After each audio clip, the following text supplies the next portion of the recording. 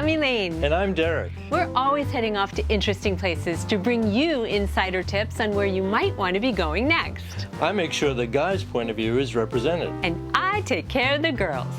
Sometimes we even agree. And sometimes we don't. Well, that's the fun of it. So come and join us on our next adventure. Welcome to It Takes Two to Travel.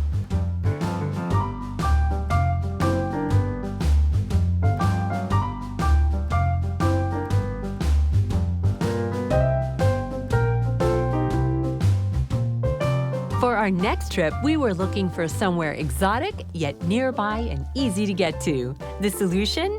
America's most foreign city, hip, artistic, sexy, and multicultural Miami.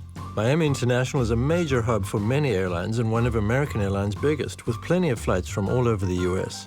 But if you're interested in saving money, then look at coming into Fort Lauderdale, Hollywood.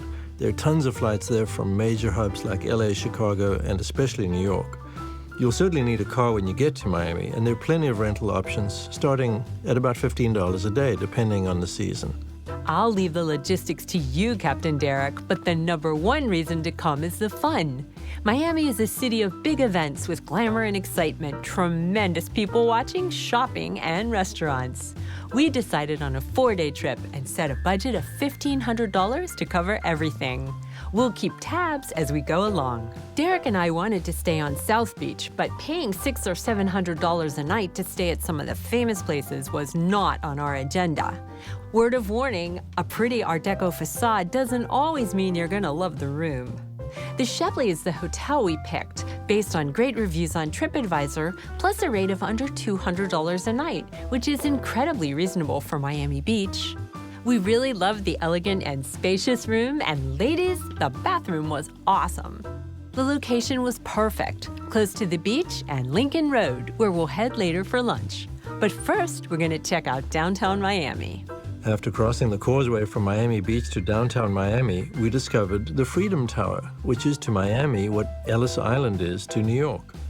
As refugees flooded in from Cuba during the 1960s, the federal government used the facility to process the newcomers. I tried to persuade Elaine to look into the American Airlines arena, but she wasn't having any of it. Instead, I insisted we visit the Perez Art Museum next door. Miami is very much about the art, and this is a huge and spectacular new museum right on the water.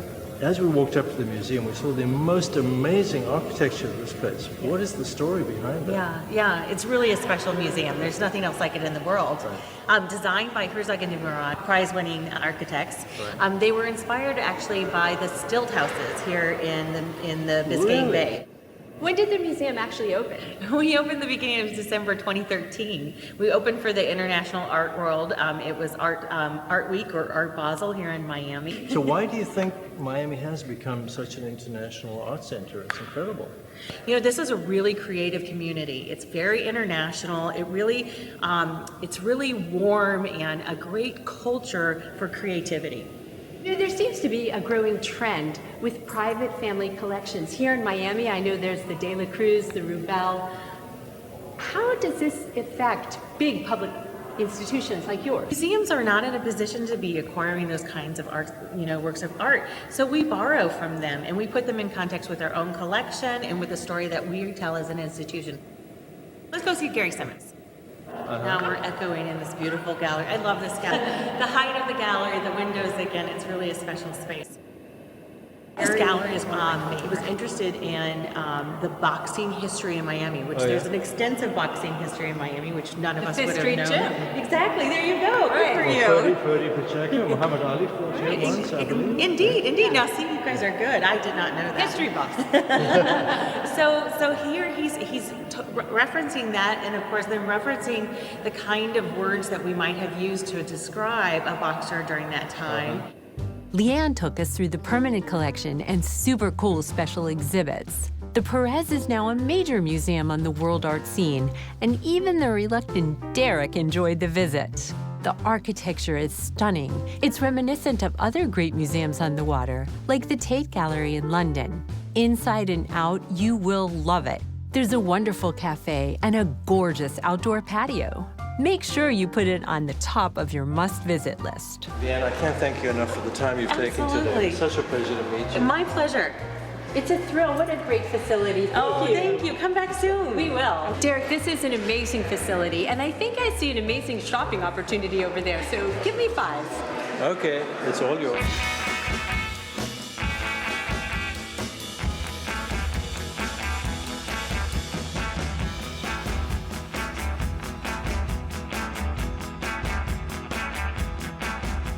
Well, after a busy morning, we headed back to Miami Beach and Lincoln Road. It's a stylish, bustling pedestrian promenade with open-air cafes, shopping, art galleries, some of the most beautiful people you've ever seen, and shopping. Ladies, it's a must-see. We decided to stop on Lincoln Road to have lunch, and the reason is because it's one of the most famous people-watching streets in America. You know, Derek, as there's some great-looking bodies here, it's inspiring me to eat a salad. I think I better follow your lead. You know, I'll have more energy, so I might do a little bit of shopping. Okay, I'll tag along. Actually, there's so many cool-looking people here, it'll be a pleasure. Great clothes, great shoes, great food, I'm sure. Good first lunch in Miami. Cheers. Thanks so much for bringing me here. I kind of love this place. I'm glad you like it.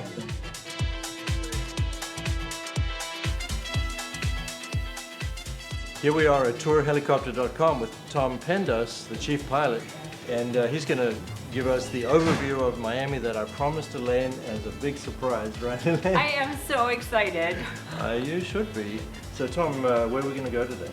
Well, we're going to go down to Miami Beach and downtown Miami and the Celebrity Islands on the Intracoastal and take a look at the best that Miami has to offer. Right. So I think we're eager to get going. Are you up for it, Elaine? Up, so up, to and speak? away. Okay, well, let's get on out there. Thanks, Tom. Let's go. Wow, a helicopter tour. Derek's assured me we're not breaking our budget. Hey, I'm flying. It's a little scary, but I'm up for it. Miami Beach is an island about 13 miles long, the same length as Manhattan. Miami is a city of nearly 4 million, 70% of whom are Hispanics. With these kind of stats, you know it's going to offer up some wonderfully vibrant sights and sounds. Listen up, ladies. Miami is the only U.S. city to have been planned by a woman. Julia Tuttle arrived in 1891 from Cleveland and bought several hundred acres. She convinced Henry Flagler to extend his Florida East Coast Railroad to Miami in 1896, the year the city was incorporated. There's so much water in Miami that you see beautiful waterfront homes all over the place. We're passing over some of the richest and most exclusive islands in the United States. Further inland is Coconut Grove and the city of Coral Gables, which I'm going to persuade Derek to visit.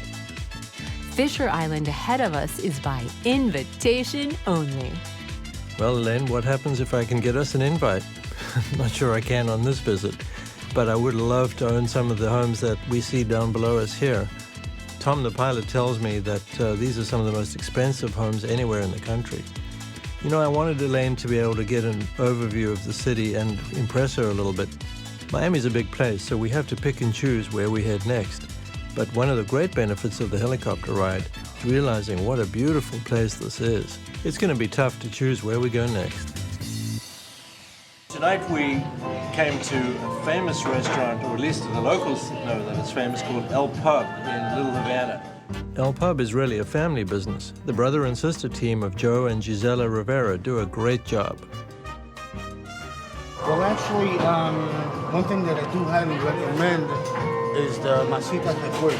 As I said, we've been here so long, and people come in and they know that on Tuesdays we have this special, you know, on Wednesdays we have another special.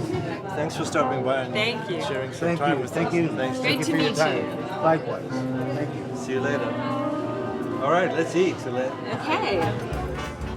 Cuban staples of black beans, rice, and plantains are very tasty, and you can choose from other exotic side dishes, like yuca with garlic. I went with Joe's recommendation of masita de puerco. And I chose bistec de pollo, which was huge and delicioso. The waitresses don't speak much English, and with El Viejo piano player, you're transported to Old Havana. Everything was delicious. delicious. I think I ate for an hour and a half and I didn't even make a dent in the white rice, but it was very good, so tasty. My favorite, I think, were the sweet plantains. It's kind of like desserts. So For a restaurant that is this reasonably priced, the quality of the food is phenomenal. The attitude of the staff is terrific. It's a lot of fun. Gisella's going to tell us about how a Cuban sandwich is made while Joe actually makes one. So go ahead, Gisela, next. Okay.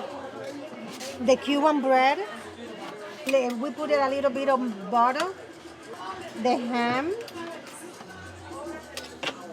Very good. Okay, the pork.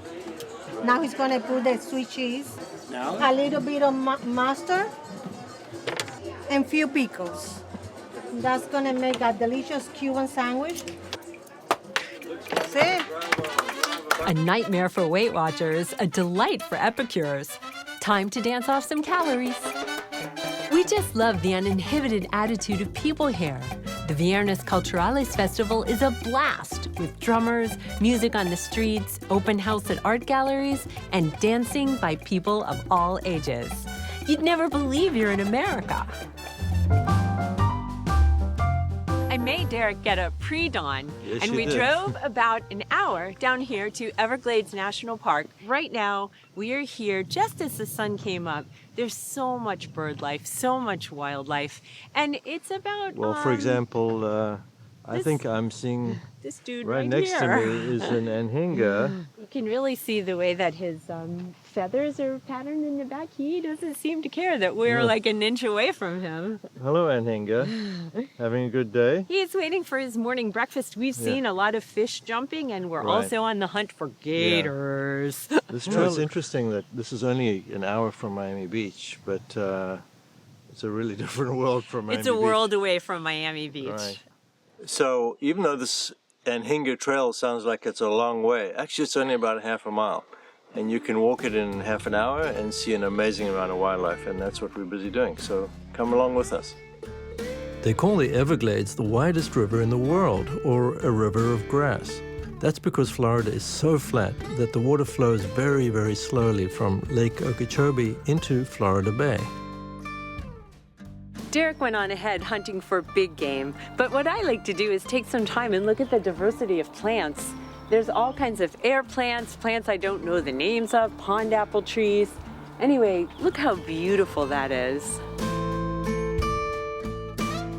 This looks like we have a heron walking on the water. That makes me want to say to the world, meine Dame und Herren. Have you noticed Derek's kind of a pun guy? Hi, Mr. Heron. Okay, well, did you hear about the guy who went into a restaurant in Florida and asked for an alligator sandwich and make it snappy?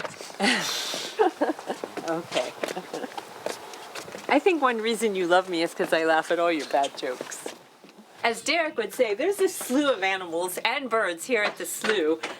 Here's one I wouldn't like to run into, the Florida cottonmouth, one of 4 poisonous snakes. But there's all kinds of birds like anhinga, coot, something called a gallinule. Am I saying that right, Derek? Yeah. That cottonmouth probably has a pretty dry mouth, right? Oh, there's vultures waiting for us. This must be the hooded vulture. No. Let's give him a lot of... Oh, there's a lot of them here. I wonder if something is deceased. Well, let's tread carefully. Let's see how close we can get I to this don't vulture. really want to get too close. Maybe there's a tourist that they're dining on. Oh, Okay. All right, well, maybe we'll retreat. We don't want to disturb the wildlife too much. no. Okay, well, back to Alligator Alley here, right? Alrighty. Wow, this is really cool.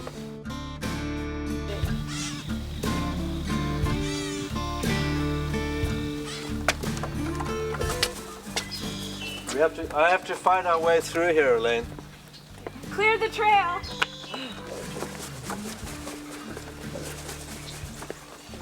We saw dozens of alligators, which was exciting, though they have a hungry way of looking at you.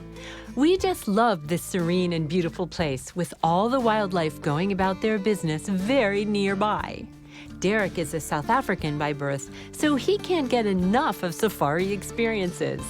I figure if I let him play here, he'll let me get my shopping in. The Anhinga Trail is only one small part of Everglades National Park. Admission is only $10 for the car. Okay, Elaine, now I'm going to show you a whole nother trail in the jungle. This is the Gumbo Limbo Trail. Follow me. Wow, look how cool it is. Completely different. These are called the tourist trees, right? These things with because they're like rednecks that were peeling. Tourists used to have their necks peeling because of the sunlight, so this is a red tree that has peeling skin. Pretty funny, actually. I learned that from the signboard. It's amazing how just steps away from the Anhinga Trail, you're in a totally different environment here. I think this is a hardwood hammock, they call it. Yeah, it's cool.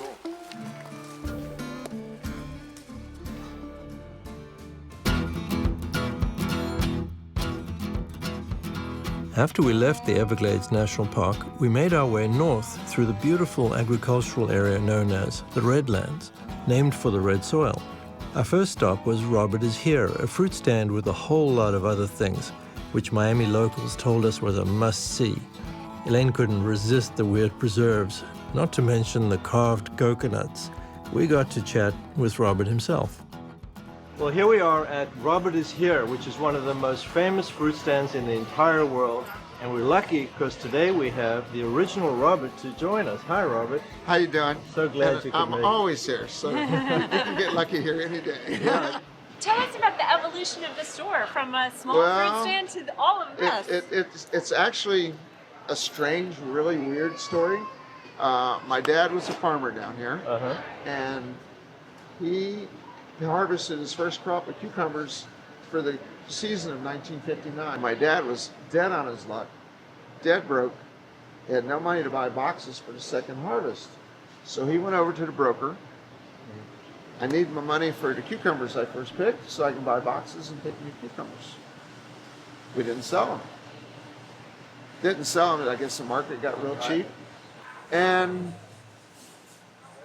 possibly they're going to dump them. So my dad dumped out all the 400 cucumbers, used the old boxes for the new harvest, and he put me on the corner out here. On this corner? Right where you're standing. Okay. And I sat here all day long with 4 field crates holding a piece of plywood with cucumbers dumped on top, and absolutely nobody came and stopped. Aww. People went by, so the next day they were torturing me again. Dad put me back out here, but he figured, I guess he and my mom, maybe they didn't see the little fat kid out here.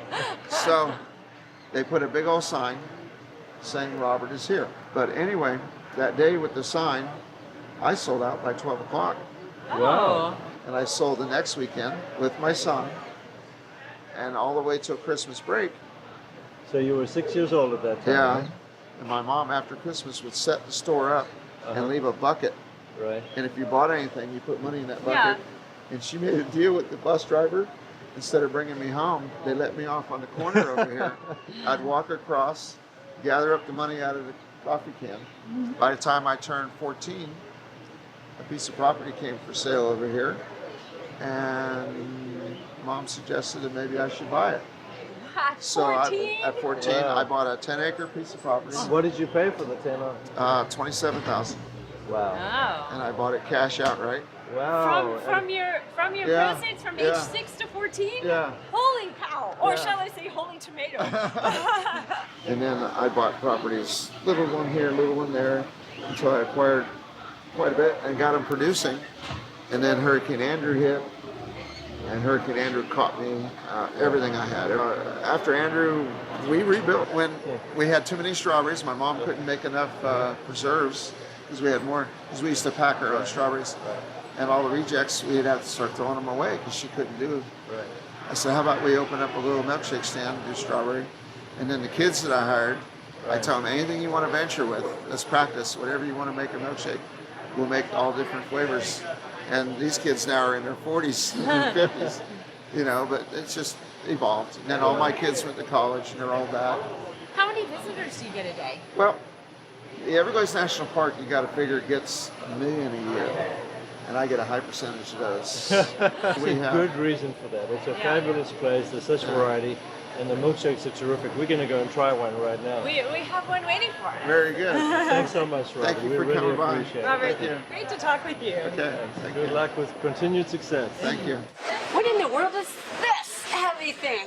I don't know. It looks like a hedgehog. Careful it doesn't bite.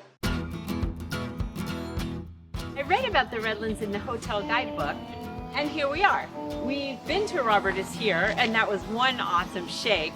So now we're following the Redlands map, and we're here at Schneebly's Winery, tropical winery, wine made from avocados and kiwis. I am not a believer yet, but I'm willing to give it a chance. I'm gonna try it.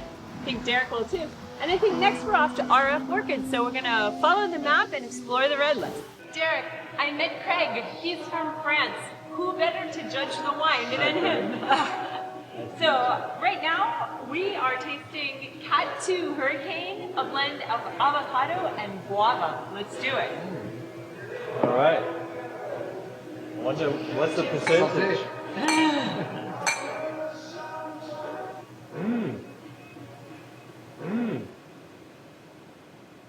While Derek is away enjoying a glass or two, I took the opportunity to sneak off to the little shop they have here. This, ladies, is actually a wine holder. Observe. Voila. And then, how about this for a good dish glass? Wine flies when you're having fun. So on our tour of the Redlands, we've come across one of the most unique places we've ever seen, which is Schneebly Winery, which is a fruit winery, or in fact, I can't describe it very well, but the guy who can is Peter Schneebly, who's joined us. And Peter, just tell us about Schneebly Winery. It's an amazing place. How did it get started? Yeah, that's a great question, because probably the last person who's going to have a winery was going to be me growing up. And invite Bill Wagner. Bill Wagner was a very dear friend. He comes to visit me, and I'm going, Bill, I'm not making money farming. I don't know what I can do. Maybe I can do hay rides, farmer's market type of thing. And after 3 days, Bill goes and he goes, I know what you need to do. What's that? He goes, you need to start a winery. And I look at him probably like everybody else looks at me like, I didn't know you can make wine from tropical fruit. He goes, you can make wine from fruit. By the way, grape is a fruit. Right. And the key thing to making wine is acidity. The sugar converts to alcohol, so it's not sugar really, but it's the acidity and the flavor of the fruit. And if fruit has really good flavor, it'll make a good wine. The sugar is immaterial because the sugar converts to alcohol. I'm going, really? And so that's really how it started. So what kind of fruits did you actually start with? Lychees, Oh yeah? mangoes, guavas, passion fruit. And it's not like this is a known skill, so how did you learn how to do it? It really, there is no book. Right. And so we had to go out there and take every piece of fruit. And the key to starting to make wine is making juice. So every one of these fruits does not make juice the same way. And that was the challenge. It's trying to figure out the right way to press it, cut it, slice it, dice it. You didn't have a lot of people stamping on the mangoes to press them. No, but we tried everything. Each one has its own special way of pressing it and creating the juice that then creates the wine. Most exotic, craziest is the avocado. Right. We're probably becoming world famous for the fact that we make a wine out of avocados. Yeah, Is that your Cat 2? Cat 2 has avocado in it. That's right. We tasted that. It was delicious. Yeah. Yeah. I don't know how you squeeze juice out of an avocado, but Well, it's a secret family recipe, so we can't tell you all the details, but we're not squeezing it. But right. yeah. Okay. Visiting the fermentation room was fascinating. It's amazing how many different wines you can make out of so many different kinds of fruits. Most of the fermentation happens outside because of the warm Florida weather.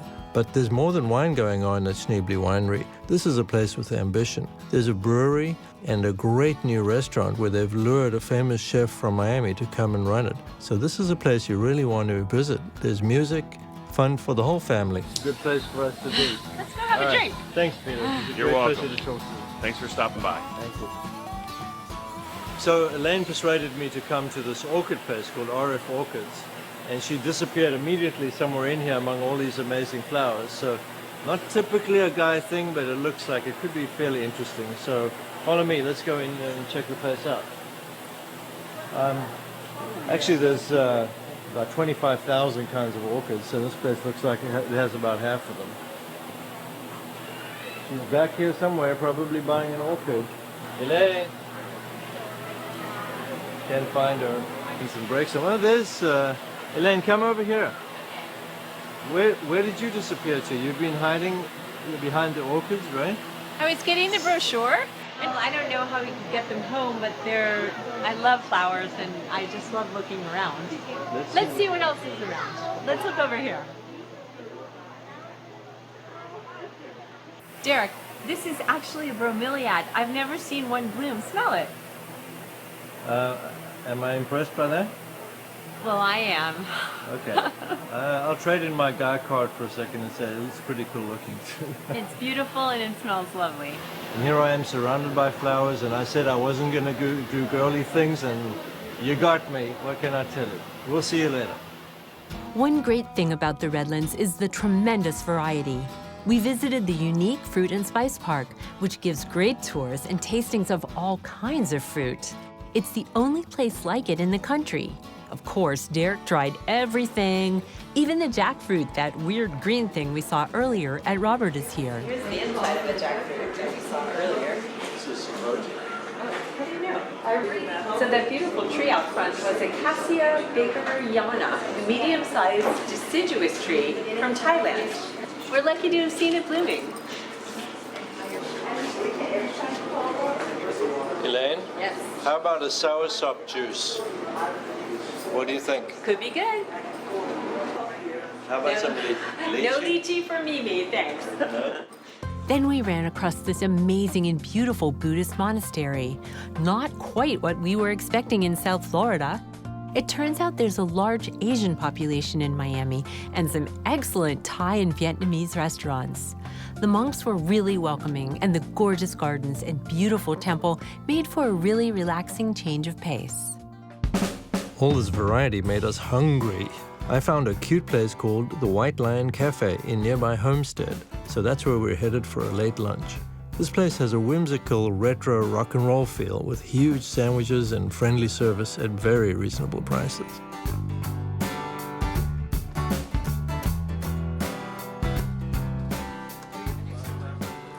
So we came to the White Lion Cafe in Homestead, Florida, which is right next to the Redlands, for lunch after our extensive Redlands tour. Good place to just sit down, relax, have a relaxing meal because we covered a lot of ground today.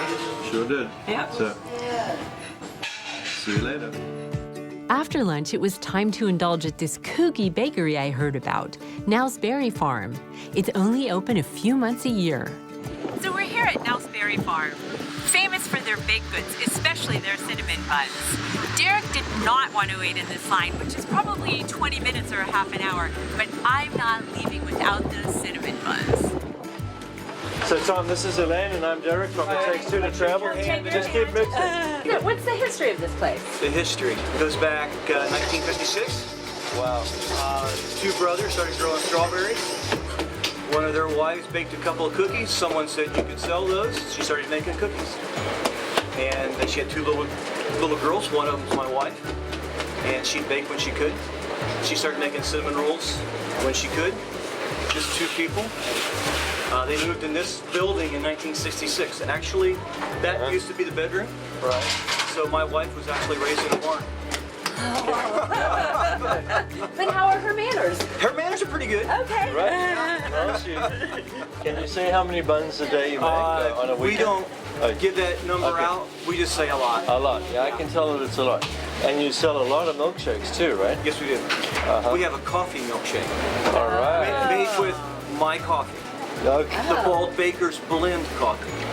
Okay. Baker's Blend. Bald Baker's Blend. I'm sure you don't grow that here. We don't grow it, but it is my road. And when you close, judging by the line, you sail off to your private island in the Bahamas. Yeah, that would right? be nice.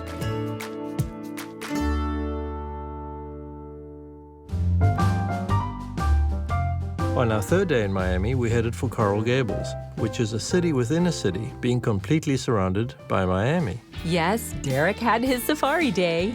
Now, I wanted to see the amazing homes and terrific shopping in this rather exclusive enclave. There's fabulous architecture everywhere, like this gorgeous Granada fountain. We stopped briefly at the Venetian pool, which was created from a coral quarry and designed to look like a lagoon in Venice. It's rated one of the top pools in the country.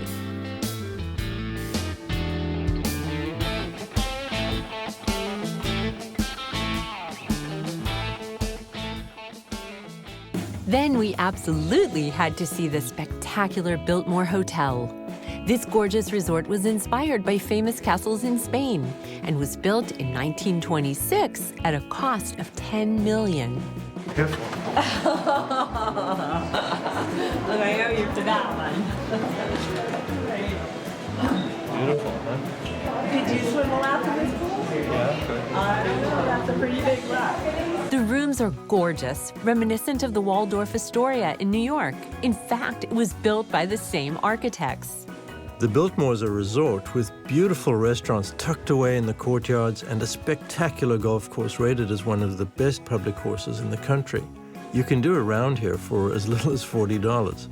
Set in Coral Gables, the Biltmore is certainly an option for you to stay if you don't care about being near the beach, and especially if you want to play golf. You get large rooms, this opulent atmosphere, and the room rates can be really reasonable, starting at about $180, depending on the season. Whether you stay or not, it's well worth a visit. The pool alone will blow you away.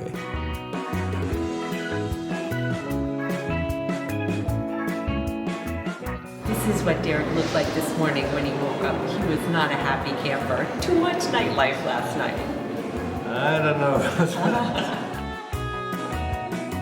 For lunch, we headed to Brasserie Centrale in the Merrick Park area of Coral Gables. My idea is to go back to basic, to open, a classic French restaurant, a brasserie. The location was really what I was looking for, to open in a mall when so much traffic. Right. Brasserie need that. Right. So actually, one of the things a lot of our viewers ask us is difference between, like in France, what is the difference between a brasserie and a restaurant and all the other? What is a brasserie actually? Well, a brasserie, open early in the mornings. You can have a coffee and a croissant for breakfast, and then we keep going for lunch for a nice salads. And we also have an afternoon, what we call a glacerie, where you can have an ice cream with some chocolate, and then you can keep going for dinner at 6 o'clock until 11 o'clock. Good. So traditional dishes. Yes, traditional dishes. You always have the classic, the coq monsieur, the coq madame. We're serving a cocotte with coq au vin. It's like a little marinade stew in the dishes. Right. And very diverse kind of food, but very classical most of the time. Right. Sounds fantastic. Okay, well, Elaine, let's have lunch. The range of cuisine in Miami is amazing. Today, classic French seems like a good idea. Pascal, thank you. All right. This looks like a fabulous coq au vin. You see, you got the coq au vin. We serve it in a traditional way. Yeah. With a little cocotte. This is what we call little cocotte. Yeah. From the kitchen to the table. Right. Oh, yes. Now, what I know about coq au vin is it's very slow preparation. It Very takes a slow. long time. Yes, we cook it about 45 minutes. First, we saute and cook in his own sauce. You can smell already. Yeah. You got the bacon and the pearl onions and the sauté mushrooms. And lots of herbs, right? Lot of herbs, yes. A lot of thyme and parsley. Yeah. Okay. And It smells wonderful over here. This is a traditional tralamandine, with the French green beans. Trout is pan sauté, and then we take some almond in brown butter with a little lemon juice, and we put that on top. The pasta go very well with the coq au vin. Perfect. Well, thank you so much. Thank you very much. Enjoy. Bon appétit. Thank you. Merci. The food was terrific, and the lunch bill came to about $45, including tip. Let's enjoy our lunch. Thank you. After lunch, I knew I was in for a shopping excursion. There's some beautiful outdoor shopping malls in Miami, and Merrick Park, unfortunately, is one of the ritziest. I was hoping Elaine would do more window shopping than spending, and I had to drag her away from a sale or two. But she did manage to slip into Tiffany's while I wasn't looking. Elaine has this interesting habit of giving me the slip when she doesn't want me to know what she's about to get up to. You guys will know what I mean. So I went in and asked them if they served breakfast at Tiffany's. That got her out of there real quick. There are other things to explore in Coral Gables, like the world-renowned Fairchild Gardens, but I already had dinner on my mind.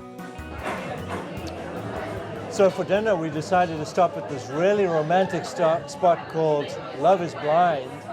Although in Elaine's case, love's not blind. She's too gorgeous for that. And we wanted to figure out what we should have. So we're going to chat to the chef, Antonio. Hi, Antonio. Hi, Nice to meet you. Thanks I'm for joining Antonio, us. the chef of Love is Blind. Hola, nice to meet you. Nice to meet you. Tell us a bit about the cuisine and what We focus a little bit on everything. Italian, we're an international cuisine. We base ourselves on a little Italian, international food, a little bit of Latin America. Where are you from? I'm from Venezuela. Ah, okay. All right, I recommend you guys to stay in the healthy side. Some quinoa wraps. They're delicious, and our baby spinach. As an appetizer? As an appetizer. Okay. And for our main entrees, I recommend for you, our churrasco is delicious.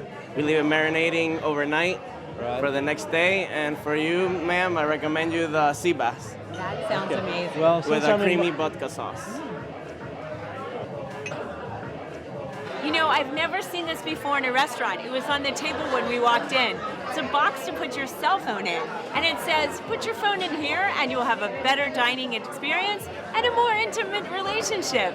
To get Derek separated from his phone is an impossibility, but I'm going to insist on this tonight. Elaine won this one. I gave up my cell phone. I know, it's great. Don't mess it up. Quinoa wraps.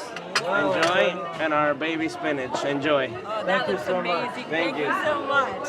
All right. The food here is very interesting and really healthy and delicious. They use ingredients like quinoa and strawberries in their salads. So creative. Dishes run about $20 and your choice of appetizer is included. Glasses of wine here are $5, so this is a great value. And this is our famous churrasco. All right, big.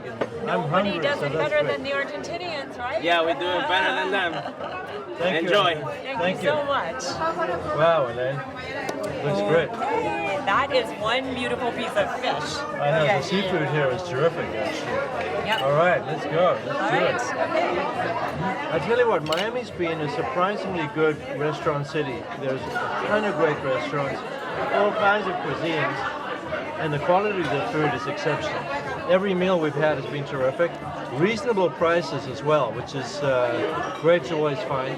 So we'll tally up the prices of what we've eaten and let you know at the end of the show, because it's surprising. Quality and value, can't really beat that. But anyway, let's get back to our dinner. Right, I just want to say that this restaurant is so hip, it could be anywhere in the world, and yet the prices are amazingly affordable, I think. And romantic, right?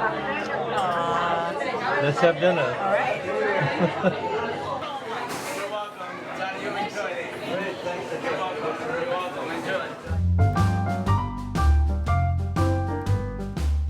It's already our 4th day in Miami and the time has flown by. Today we're exploring Wynwood, the new artistic center of Miami. Wynwood has become an international magnet for artists with over 70 galleries, the biggest private gallery in the US, and the best street art in the country, as you can see. The Art Basel Festival at the beginning of December is now the biggest in the world, and it's wild, exciting, and so extensive you can't possibly see it all. A lot of the action happens right here in Wynwood, which has great restaurants and bars, and galleries hidden away in what used to be an industrial wasteland. And of course, there are the shops, which I discovered. We're here in Wynwood, and while Derek's getting a refreshing beverage, I decided to take this moment to come into Elemental, a really cool looking store, and find a gift for my daughter Haley, so come with me.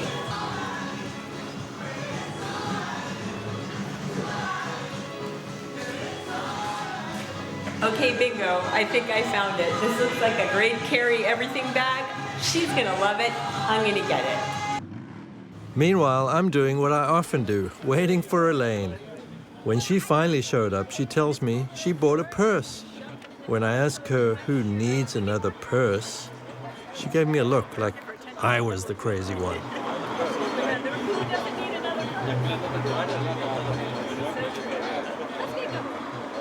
Since we were in Wynwood, we had to visit a gallery. There are all kinds, from really funky studios to incredibly expensive collections of Picassos and other famous artists.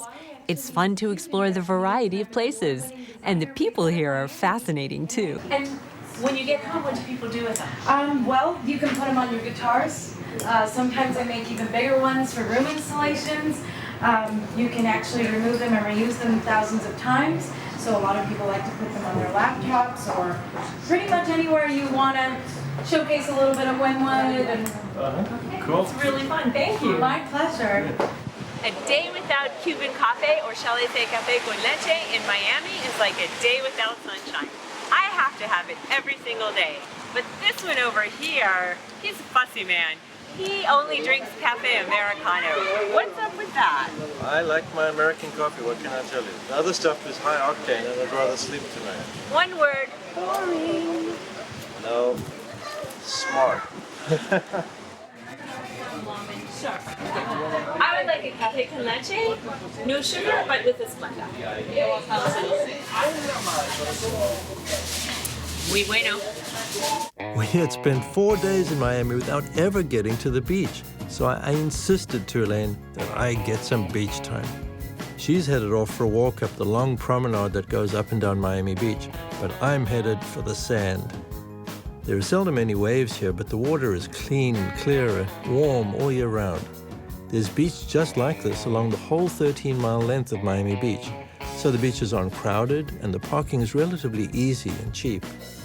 You'll see lots of cool people from all over the world, as well as local traditional Cuban families who hang together all day in the water. There are all kinds of sports, party fishing boats, and it's just plain fun in the sun. There's even an official nudist beach in Miami, the only one in the country. I really enjoyed the walk on the beach promenade, which stretches for miles. There's an amazing variety of people out exercising. This place is a real melting pot, with a big Russian community just north of here and Little Argentina, where we are now. I put Derek on the spot by asking him how he liked the jewelry for sale on the beach. So Derek, does this look like me? Doesn't look like you at all. Looks like a piece of jewelry. I had the sense not to answer. It's a reed pipe. Or a Miami piece. Okay. I was just making up the mess. Let's get back to It Takes Two to Travel's insider tips about hotels in Miami. It's an important choice, especially because prices can go sky high in winter and spring break. So first, pick your location. You don't have to stay in Miami Beach to have fun. We already showed you the fabulous Biltmore in Coral Gables, which is about 20 minutes from downtown and 30 minutes from the beach. It's a great choice if you want a quieter, more genteel stay. Then there's the up-and-coming Upper East Side on Miami's Biscayne Boulevard, which has cool Art Deco hotels like the New Yorker, where rooms start at just $80 a night, and it's only 10 minutes from Miami Beach. On Miami Beach itself, you can stay out of the bustling Sobe area, avoid the noise and crowds, and save a lot of money by heading to North Beach. Here you'll find cheaper hotel options, like this one. So North Beach is a new and up-and-coming area. It's actually from the 70s to the 80s on Miami Beach.